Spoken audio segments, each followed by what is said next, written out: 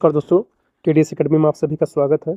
आज हम लोग समास देखेंगे और केवल 5 मिनट में देखेंगे कि समास को क्या होता है ना?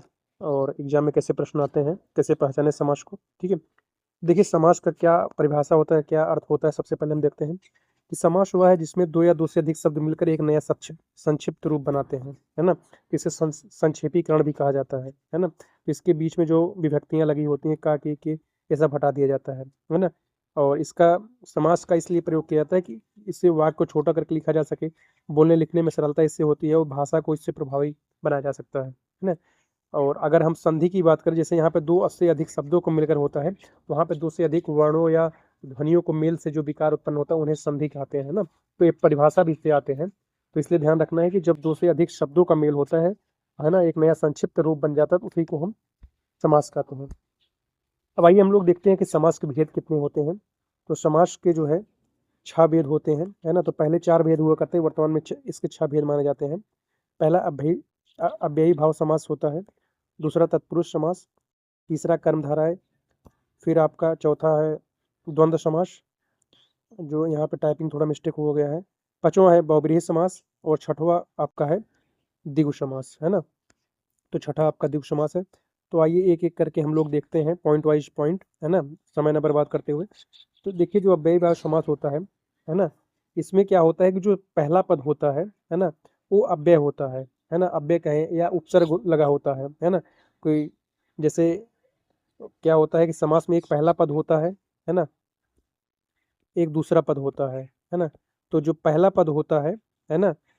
इसको जो है पूर्व पद, और जबकि जो दूसरा पद होता है उसे उत्तर पद कहते हैं, है ना? तो पहले पद का जो है पूर्व पद और दूसरे पद को जो है उत्तर पद कहते हैं, ठीक है?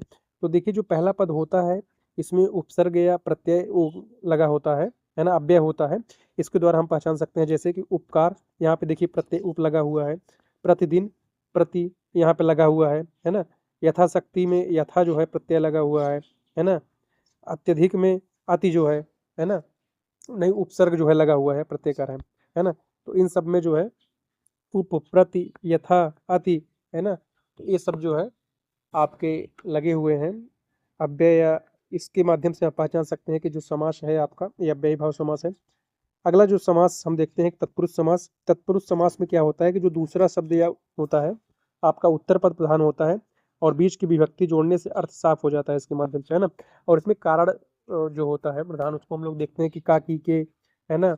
से, है ना? ये सब जिसमें संप्रदान कारक, है ना? संबंध कारक, ये सब जो होता है, जैसे हम देखते हैं कि ग्रामवासी, इसमें ग्राम में रहने वाला, में देवालय, देवों का आलय का लगा हुआ है। राजपुत्र, राजा का पुत्र, है ना? जल जनित, जल से उत्पन्न, है ना? तो ये सब कहीं न कहीं आपके पहचानने के तत्पुरुष समास का होता है, ठीक है? इसके भी कई उपभेद होते हैं, है ना? तो उसको अलग डिटेल से अलग चैप्टर में देखेंगे हम लोग। तो आज हम लोग समास के केवल भेद को देख रहे हैं, है ना? फिर कर्मधारय समास को हम लोग देखते हैं। कर्मधारय समास में देखिए इसमें पहला जो पद होता है वो विशेषण होता है, जो दूसरा पद होता है वो विशेष्य होता है। मतलब कि जो पहला पद होता है वो आपके दूसरे पद को जो है विशेषता बता रही होती है। जैसे हम देखते हैं कि जो नील कमल लिखा हुआ, नीला क्या है? एक कमल की विशेषता बता रहा है। महापुरुष, है ना? तो पुरुष कैसा है? महान है। तो महान क्या है? पुरुष, पुरुष की विशेषता बता रहा है। नीलकंठ, है ना? तो नीला है कंठ जो है, तो एक कंठ के नीले होने को बता रहा है ना? और स्वर्ण पदक, है ना? तो पदक कैसा है? सुनहरा है ना? तो ये क्या है कि पहला जो पद होता है वो विशेषण होता है ना? और दूसरा जो पद होता है वो आपका क्या होता है? आपका विशेष्य होता है ना? तो इस तरह कर्मधारय समास को हम लोग पहचानते हैं। अब आइए अगला हम लोग देखते हैं कि द्वंद्व समास क्या होता है। देखिए द्वंद्व समास में क्या होता है कि इसमें दोनों जो पद होते हैं दोनों का समान महत्व होता है ना? कि जैसे एग्जाम्पल हम लोग देखते हैं, है ना? इसमें दोनों पद प्रधान होते हैं। जैसे माता, ये भी पूछता है कि इसमें किस समास में दोनों पद प्रधान होते हैं, तो आपके द्वंद्व समास में, है ना? जैसे माता और पिता, दिन रात को दिन और रात, राम लक्ष्मण को राम और लक्ष्मण, सुख दुख को सुख और दुख, है ना? तो इसमें आपके ये ध्यान रखना है कि जो द्वंद्व समास होता है दोनों पद प्रधान होते हैं इसमें, और के द्वारा जो है इसको अलग करते हैं। अगला हम लोग देखते हैं बहुब्रीहि समास। बहुब्रीहि समास में क्या होता है? इसमें जो है दोनों पद की प्रधानता नहीं होती है, बल्कि विशेषता किसी तीसरे की बताई जाती है ना? तो बहुब्रीहि समास में क्या है कि इसमें तीसरे की विशेषता बताई जाती है ना? किसी तीसरे की जो है बताई जाती है, ठीक है? तो आइए हम लोग देखते हैं इसके एग्जाम्पल, कि जैसे एग्जाम्पल है कि पीताम्बर, पीला है वस्त्र जिनका अर्थात भगवान श्री कृष्ण, है ना। नीला कंठ है ना, कि कंठ है नीला जिसका भगवान शिव, है ना, जैसे उसमें भी हम लोग देखा था, है ना।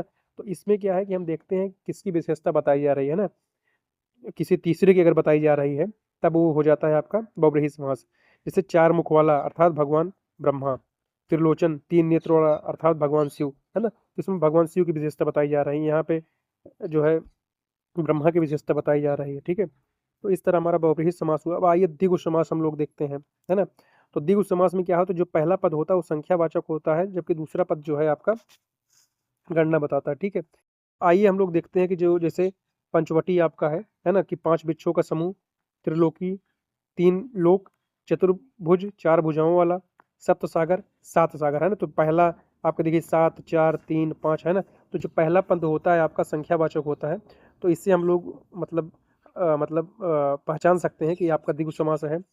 फिर हम लोगों ने बहुब्रीहि समास में पहचाना कि जिसमें दोनों पद प्रधान नहीं होते हैं, आपका तीसरा कोई पद की विशेषता बताई जाती है बहुब्रीहि समास में। फिर हम लोगों ने देखा द्वंद्व समास जिसमें दोनों पद प्रधान होते हैं, है ना।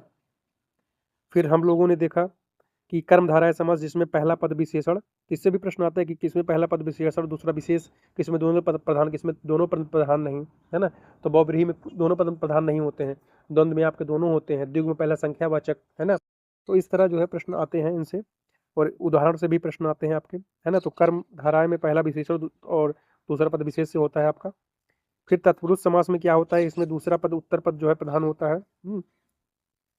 और इसमें काकी के ये सब जो है, इससे पहचान सकते हैं कि आपका तत्पुरुष समास है। और फिर अव्ययी भाव समास में पहला पद जो है अव्यय होता है ना।